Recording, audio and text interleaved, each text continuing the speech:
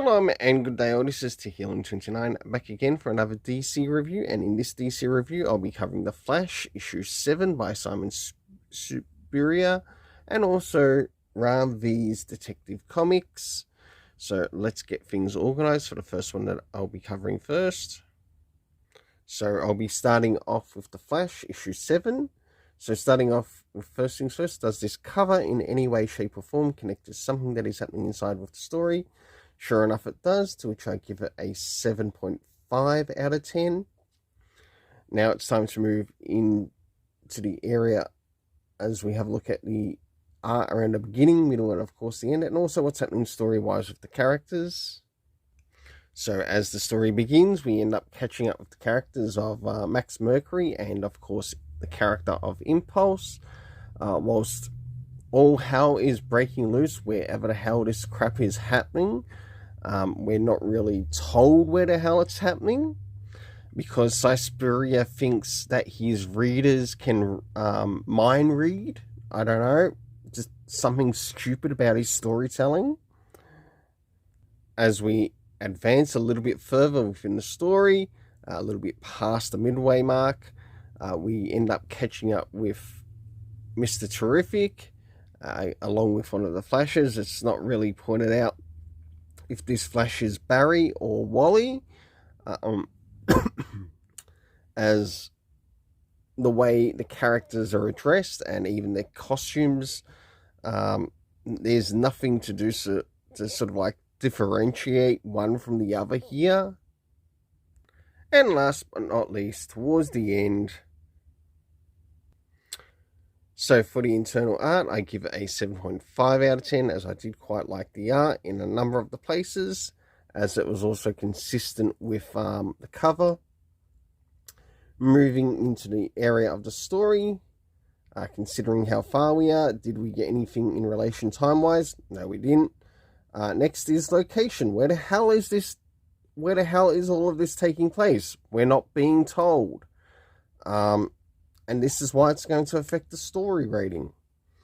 Next is the cast of characters. We have Max Mercury, Impulse, Bart Allen. We had the Linear Men. We had Linda and Barry. And, of course, Mr. Terrific.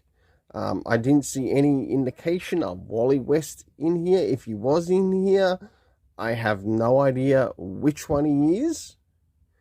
Like I said, there needs to be a little bit more differentiation between the characters. The overall story rating I give this is a 5 out of 10. This is starting to fall into Fool's Gold material. And it's going to be very interesting if Fool's Gold returns, because there's going to be one alongside it. And my goodness, here we go. Moving into Detective Comics, issue 1083. So starting off with first things first, does this cover in any way, shape or form connect to something that's happening inside of the story? Not so much, and I don't think it really worked with the story, to which I give the cover a 5 out of 10. This is literally dropping right into the lap to go into Fool's Gold. If it happens to go any lower, it'll be Fool's Gold permanent, I'm afraid to say. Next is the internal art. I will not be covering the backstory in this, even though there is a backstory. But with this, I'll mainly be covering the main story. So let's have a look at the internal art around the beginning, middle, and of course the end. So as the story begins, we have Batman meeting up with some strangers on the outskirts of, I don't know where the hell he is. It's not really pointed out where the hell he is. We do know that Gotham does make an appearance in this story, but where he is here, I got no idea. As we draw closer to the middle of the story, we see Batman. It looks like he's up against a Man-Bat or something. And we get a slight appearance of what might be Superman in the picture. But is this all in his mind or something else? And last but not least, we have plenty of bats everywhere. For the internal art, I really don't think it brought across the story that Ramvi wanted to bring across, to which I give it a 5 out of 10. Like I said, this thing is falling in the fool's gold material.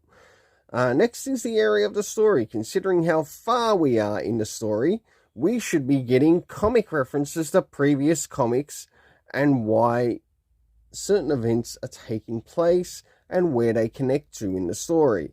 Does this issue have any comic references? No. Both writer and editorial are just too effing lazy to do it. Next is the area of time. When is this taking place time-wise? Is it on a Monday, a Tuesday, a Wednesday? For F's sake, maybe getting a Solomon Grundy. At least he'd be able to let us know what day of the week it might be. Next is the area of the locations. Now, there's more than one location here.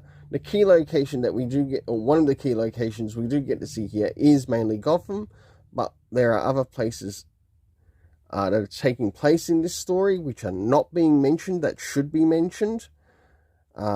Next is cast of characters, to which we end up meeting, of course, Batman Bruce Wayne.